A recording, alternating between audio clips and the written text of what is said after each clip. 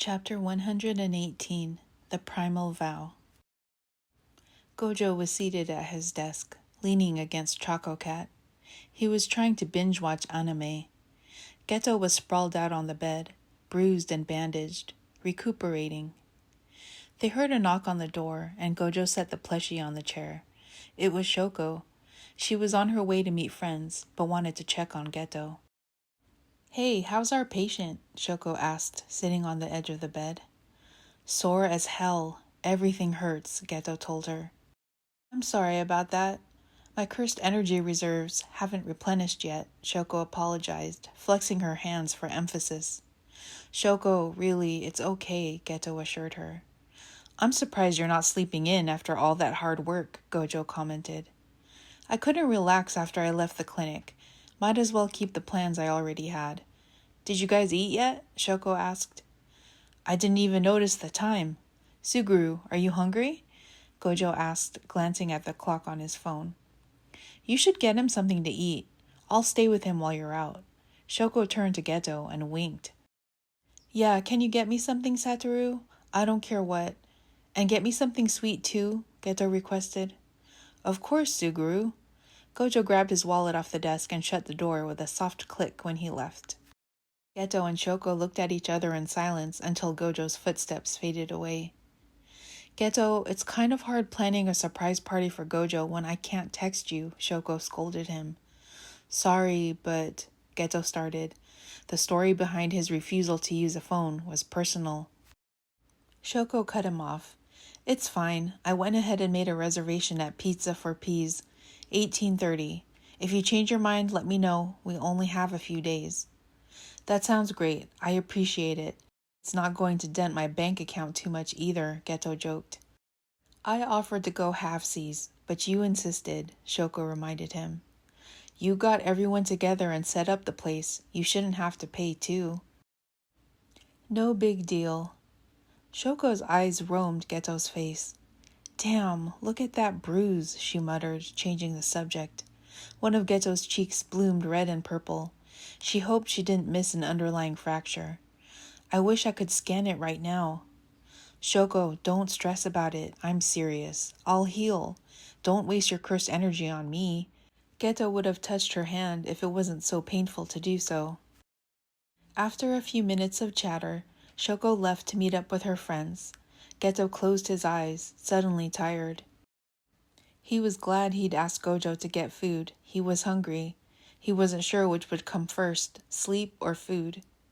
Gojo returned to Shoko gone and Geto napping, arms stretched out on either side of him, like an angel resting his wings. Gojo set the bags of food on his desk and sat down in the chair, resting his chin on Choco Cat's head. He watched Geto's face as he slept, a lump forming in his throat as he looked at all his injuries: bruised face, busted up hand, the bandages wrapped around his middle. Gojo set Choco Cat on the ground and stood. He stared at Geto and held an arm up, his hand forming into a fist. He concentrated with every fiber of his being, then he splayed his fingers out in Geto's direction. Nothing. He could use reverse curse technique on himself, but didn't understand how to project it onto others. If only he had Shoko's gift. Between the smell of food and the shift of energy in the room, Geto started to wake. Gojo rearranged the pillows against the headboard so he could sit up. They ate burgers and onion rings huddled on the bed together. For dessert, Gojo bought cupcakes from a trendy bakery that just opened. He handed Geto a vanilla cupcake, loaded with white frosting shaped into a napping cat. Geto grinned and took a big bite of it, watching Gojo polish off his strawberry cupcake in seconds. "I want to go to evening service," Geto said after they let their meal settle in their bellies. Gojo turned to give him a kiss on the cheek. "Sure, if you're up to it." The temple grounds were bustling with activity. Gojo and Geto followed the other Sangha members through the entrance just as the concho bell began to toll. Geto received a few sympathetic looks and encouraging smiles from people as they spotted the marks on his face and bandages on his hand. He felt the color rise in his cheeks. They meant well, but he'd forgotten how bad he must look to them. Gojo and Geto took their usual seats in the last pew. Geto sat closest to the aisle. The smell of sweet incense made its way back to them as people said the Nembutsu at the koro. Geto was starting to feel more comfortable here. He held his onenju and leaned into Gojo as the first refrains of chanting began from the priests in the onaijin. I take refuge in the Tathagata of immeasurable life. I entrust myself to the Buddha of inconceivable light, began the Shoshinge. Soft lighting flooded the temple and illuminated the golden image of the Buddha situated just beyond the koro. After a few minutes of listening to the verses of the chant, Geto wanted to take his turn offering incense. Gojo helped him stand, then watched him slowly make his way to the koro. The koro, a bronze incense burner, rested at the edge of the altar, darkened by years of use.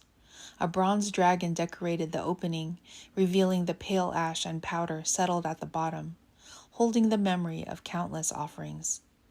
Geto bowed as best he could, holding his breath as pain shot through his side. He took a pinch of powdered incense and dropped it onto the hot coal inside the koro. Smoke rose in the air, and he looped his onenju over both hands.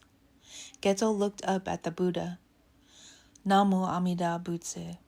I take refuge in Buddha, he said softly. The half-lowered eyes of the Buddha gazed down at him, gentle and understanding. They leaned slightly towards Geto as if to meet him halfway. Which burdens are yours to carry, and which are not? Geto thought it meant, you don't have to carry everything alone. Let Gojo help you. He resisted that notion because he didn't want Gojo to be weighed down with any more than the world already gave him. He understood now that he wasn't being told to share his burdens with Gojo.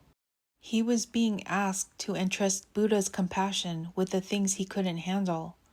The primal vow wasn't abstract. It wasn't distant. It wasn't out of reach. Namu Amida Butsu. I take refuge in Buddha. That's all, but it was everything. Geto's hands trembled as he held his palms together. Tightness in his chest shifted.